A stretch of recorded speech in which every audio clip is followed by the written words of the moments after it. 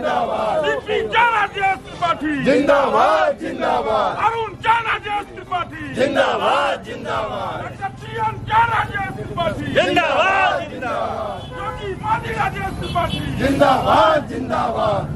गोरखपुर की चिल्लू बार विधानसभा क्षेत्र में भारतीय जनता पार्टी ने राजेश त्रिपाठी जी को टिकट दिया है। 2 बार यहां से एमएलए रह चुके हैं, राज्य मंत्री भी उत्तर प्रदेश सरकार में रह चुके हैं और वर्तमान में यहां पर विनय शंकर तिवारी यहां पर एमएलए हैं, जो कि हरिशंकर तिवारी जी के बेटे हैं और उनका परिवार क्षेत्र का एक दबंग परिवार शुरू से ही माना जाता रहा है।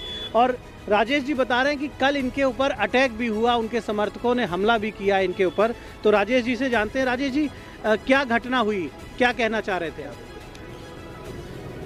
मैं कल अपने समर्थकों के साथ गोला थाना क्षेत्र के कौड़िया एक गांव है जो ब्राह्मण और यादव दलित बाहुल्य क्षेत्र है, उस पर कुछ निषाद भी रहते हैं। तो 7-7:30 बजे के आसपास मैं उस गांव में जनसंपर्क के लिए गया अपने कार्यकर्ताओं के साथ। तो पहले मैं जो ब्राह्मण बस्ती थी उधर शुरुआत में पड़ती थी, मैं वहाँ घुसा तो स्वाभाविक रूप से मोदी योगी जिंदाबाद, राजेश त्रिपाठी, कमल का फूल जिंदाबाद के नारे लग रहे थे और जनसंपर्क चल रहा था। उसी दौरान मुझे दूसरे करीब 100 मीटर दूरी पे जो टोला है उधर से शोर सुनाई दिया। तो मैंने अपने साथियों से पूछा कि ये कैसा शोर है, क्या हमारी एक टीम उधर भी घूम रही है क्या? नहीं, वो समाजवादी पार्टी के लोग हैं, वो अपने नेता का नारा लगा रहे हैं। मैंने कहा चलो कोई बात नहीं, सब लोकतंत्र है, सभी लोग अपने नेता का नारा लगा सकते हैं। हम लोग घूमते हुए उधर से निकले। मुझे दलित बस्ती जाना था, तो दलित बस्ती जाने के लिए एक जिला पंचायत पूर्व में जिला पंचायत सदस्य रहे भरत यादव का घर पड़ता है, तो उसी के सामने से वो रास्ता गया हुआ है दलित बस्ती को। तो हम लोग उधर से जा रहे थे और उसके बाद जो हम लोग उधर पहुँचे तो वहाँ करीब 20-25 के आसपास रहे होंगे नई उम्र के लड़के, और वो जो है वो एकदम अभद्रता पे उतारू थे और पूरा हुटिंग और अपशब्द और मोदी जी को अपशब्द, योगी जी को अपशब्द, मुझे अपशब्द करते हुए चल रहे थे, जा रहे थे और वो लोग कर रहे थे और पूरा मतलब एकदम आक्रामक स्थिति में। तो स्वाभाविक रूप से क्रिया की प्रतिक्रिया होती, लेकिन हमारे साथ भी लड़के थे, वो भी हमने सबको समझाया कि नहीं ऐसा मत करो, चुनाव का वक्त है। वो अपने दरवाजे पे, अच्छा हम लोग सड़क से जा रहे थे, वो उनका घर पीछे है और अपने सहन के अंदर वो लोग खड़े थे। हमने कहा चलो हम लोग सड़क से जा रहे हैं, अपने दरवाजे पे किसी का जिंदाबाद कर रहे, तो मोदी योगी और आपको अपशब्द कर रहे हैं, चलो आगे बढ़ो।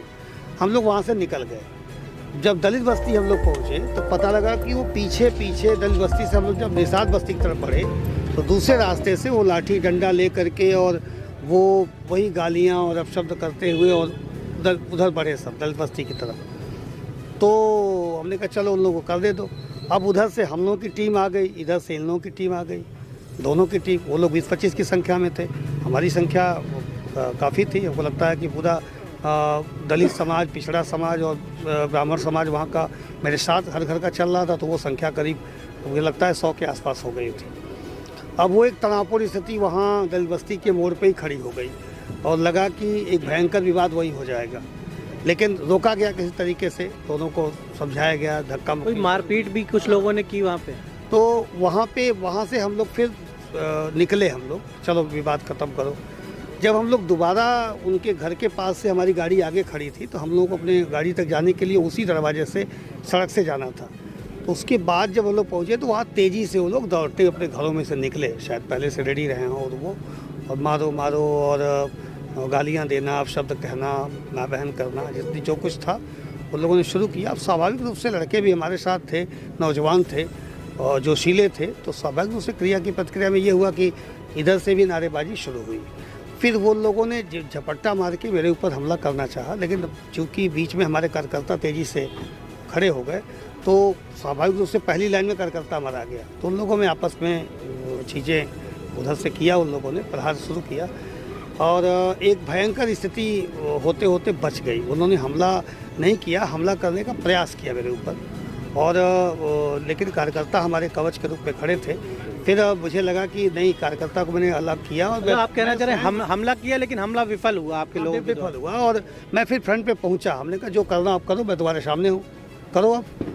और फिर गाली उधर, हमने कहा गाली तो फिर करता ही मत दो, बात अनर्थ हो जाएगी, बिगड़ जाएगी बात, मत करो ऐसा। फिर चीज़ें हुई, फिर उनके भी एक आध लोग आए, इस तरह की चीज़ें, तो उसके बाद फिर हम लोग खून का घूंट पिए। फिर हमने यादव महोदय को बताया, लेकिन यादव महोदय को तो पहले ही बताया गया था, लेकिन समय से पुलिस नहीं पहुंची।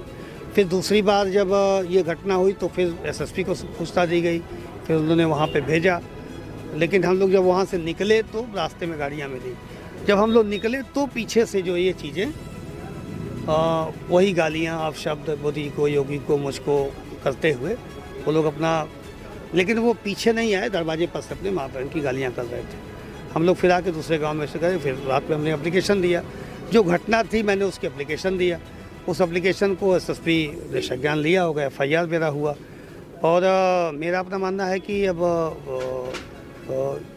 इस पे अभी एक्शन होना बाकी है, होना चाहिए, क्योंकि ये शुरुआत नहीं हुई है।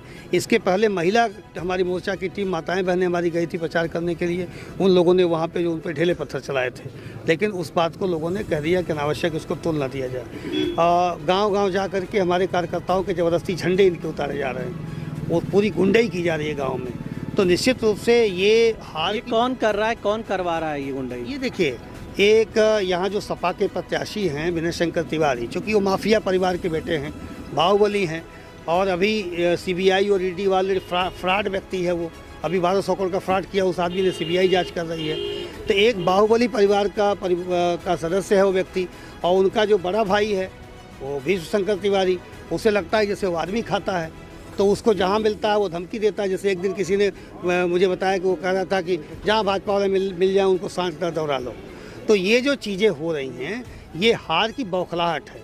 तो उनके पिता 2007 में जनता ने उनके पिता को एक बार जब मजा चखाया तो फिर दूर तक कहीं राजनीति के गलियारे से ही बाहर हो गए। और ये जो दोनों भाई गुंडई पे उतर आए हैं, आतंक करके और जनता को डरा धम करके चिल्लू पार की सीट निकालना चाहते हैं।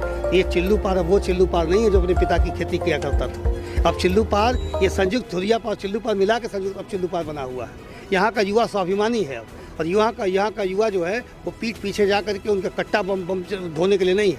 इस नाते इस बार का युवा सबक उनको सिखाने का बना चुका है। कहीं ऐसा ना हो कि इनके आतंक का ये जो माहौल ये बनाना चाह रहे हैं, ये लोग अपने पिता की तरह राजनीति के गलियारे में कहीं दूर तक कहीं नजर ना आए 22 के बाद, कहीं वो गलती ना कर दें। क्योंकि एक तो करेला ऊपर से नींव, एक तो पहले ही से लोग बने बनाए लोग थे, अपने पिता के डर की खेती कर रहे थे, फसल काट रहे थे, ऊपर से समाजवादी पार्टी का साथ मिल गया। अच्छा, जिला प्रशासन, पुलिस प्रशासन क्या यहाँ पर चुनाव को, निष्पक्ष चुनाव के लिए पर्याप्त सुरक्षा या पर्याप्त सिक्योरिटी अरेंजमेंट नहीं दे पा रहा है? जो इस तरह की घटनाएं हो रही हैं, मनोबल लोगों का बढ़ा हुआ है? नहीं, मनोबल तो नहीं बढ़ा है, मनोबल तो जनता ने ही तोड़ दिया है।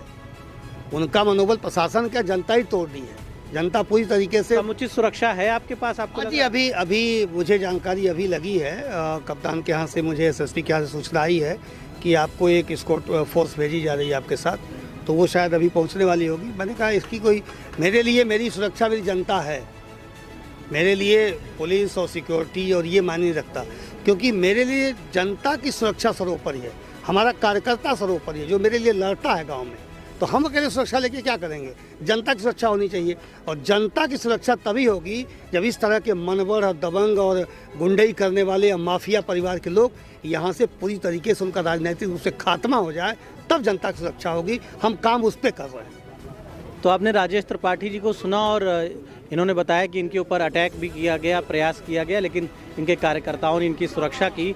तो ये बड़ा संवेदनशील क्षेत्र है चिल्लू पार, और यहाँ का जो रिकॉर्ड है, जो इतिहास है, वो भी बहुत चर्चित रहा है। इसलिए ज़रूरी होगा निर्वाचन आयोग के लिए कि इस क्षेत्र में विशेष सुरक्षा व्यवस्था यहाँ पर रहे, जिससे लोग भय मुक्त होकर निर्वाचन प्रक्रिया में भाग ले सकें, अपना मतदान कर सकें, और जो प्रत्याशी सभी दलों के, सभी विचारधाराओं के, अपनी बात जनता तक पहुँचा सकें।